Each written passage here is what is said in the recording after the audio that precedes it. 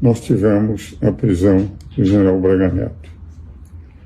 Nesta prisão do general Braga Neto, ele foi preso, segundo os jornais, eu estou reproduzindo o que eu li ontem e hoje nos jornais, se deu porque o coronel Cid, numa delação premiada, teria dito que, enfim, haveria possibilidade, não tem as palavras, de que teria, enfim, havido alguns atos que poderiam justificar, como, por exemplo, um eventual financiamento que ele não sabia de quanto era, do agro, que também já desmentiu. E por essa razão, pela delação premiada e por ele ter conversado com o pai do coronel, ele foi preso sob obstrução. Há uma decisão do Supremo Tribunal de 2019, Supremo Tribunal Federal, e relatoria do Gilmar Mendes, do ministro Gilmar Mendes, muitos livros escritos juntos, que diz o seguinte: não pode haver prisão baseada em delação premiada. Por uma razão muito simples. Na delação premiada, para o cidadão obter aquilo que ele pretende, que é a liberdade, ele fala aquilo que aqueles que estão inquirindo querem que ele fale. Por essa razão, a decisão do Supremo é de que, em base da delação premiada, não pode haver prisão. E creio eu que a lei, não tenho certeza se é esse número, 3.964, do Congresso Nacional também, feita em função da Lava Jato, em que foram anuladas por pressão as delações premiadas, dizia que por força da delação premiada não pode haver prisão. Então, de rigor, nós tivemos uma prisão contra a jurisprudência do Supremo, segundo o que eu li nos jornais, e uma prisão contra a própria legislação que proíbe, porque aquele que quer ficar solto de uma prisão, ser liberado de uma prisão, ele, pelas pressões psicológicas, etc., termina sendo encaminhado para, enfim, fazer uma série de afirmações, o que levou, por causa da Lava Jato, a eliminação daquelas delações, e quase todos aqueles que se confessaram corruptores foram perdoados. Um editorialista do Estado de São Paulo, um grande editorialista, Nicolau Cavalcante, escreve na segunda-feira que a decisão de prender com base na delação premiada do coronel Cid é algo que fere a própria jurisprudência e a lei do Supremo. A jurisprudência do Supremo e a lei do Congresso Nacional.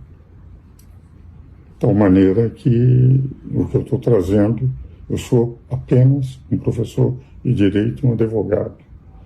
Nunca tive cargo público nenhum. A vida inteira só quis ser advogado e professor universitário. Eu só interpreto leis, constituições, porque a minha área, até como titular, de direito constitucional. É o direito constitucional.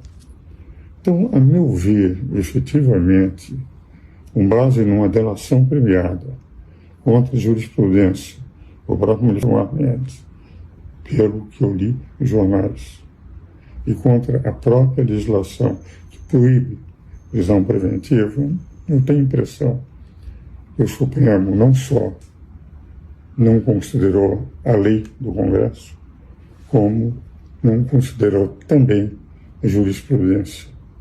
Não entro no mérito, não sei exatamente o que é que eles teriam conversado, etc. Mas o que foi veiculado pelos jornais demonstra de que é uma mera presunção. E aquele grande desembargador, também um grande jurista, Mairovitch, declarou que ele foi preso com base exclusivamente em presunções, sem provas cabais. O que eu tenho sentido, e agora a última parte que eu queria trazer aos senhores, é o seguinte: durante a Constituição, quando nós vimos de um regime de exceção, estava se fazendo toda a proteção. O artigo 5º, quase que metade do artigo 5º, é a garantia do cidadão perante o poder público, para não serem presos, para não serem, a fim de ter todos os tipos de garantia possível para exercer a cidadania, uma democracia com liberdade. Tem a impressão que ultimamente nós estamos tendo no Brasil uma fantástica banalização das prisões. Tudo leva à prisão provisória, tudo leva à prisão preventiva. E tem diversos aspectos negativos. Primeiro, fragiliza a democracia. Segundo, fragiliza o espírito da Constituição, que foi garantir ao cidadão contra qualquer arbitrariedade do Estado. Terceiro, faz com que parte da população, como diz o Estado de São Paulo, de segunda-feira, vá ficando gradativamente contra o Supremo, que apesar de constituído de grandes juristas e pessoas que eu respeito, a maioria deles tendo eu livros escritos com ele, com essa admiração permanente, a população vai ficando com essa banalização de que qualquer suspeita leva à prisão, se leva a considerar que o cidadão tem que ser encarcerado. Lembrando que o atentado violento ao Estado de Direito e golpe de Estado pressupõe o início de um atentado. E sem Forças Armadas não poderia haver. De rigor, se houve este plano que se foi produzido na delação premiada, esse plano de 3, 4, 5 cidadãos, jamais as Forças Armadas entrariam, segundo a minha experiência de professor da escola. E mais do que isso, tanto é verdade que não houve uma tentativa, e só 2 anos depois se soube que eles tinham trocado telefonemas a respeito disso. Então me parece uma questão assim de extrema gravidade, porque é um general de exército que foi preso por presunções suspeitas baseadas numa delação premiada, e é um momento de refletirmos bem se é esse o país que nós queremos, se é essa democracia que nós queremos. O que eu posso dizer com toda tranquilidade, com 33 anos de lições sobre direito constitucional e conjuntura, que nunca houve risco de golpe de Estado no Brasil, eu continuo afirmando que tinha absoluta certeza que aqueles coronéis que ouviram as minhas modestas aulas de direito constitucional jamais entrariam. E não tenho certeza.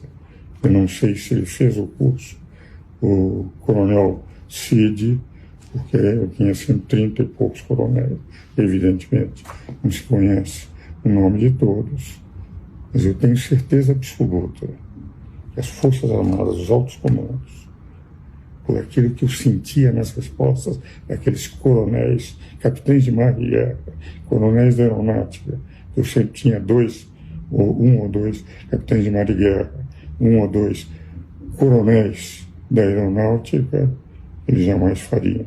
Tanto é que não houve nem tentativa. Eu só soube dessas pela delação premiada durante 2 anos. Nunca se teve a percepção de que poderia ter havido alguma coisa.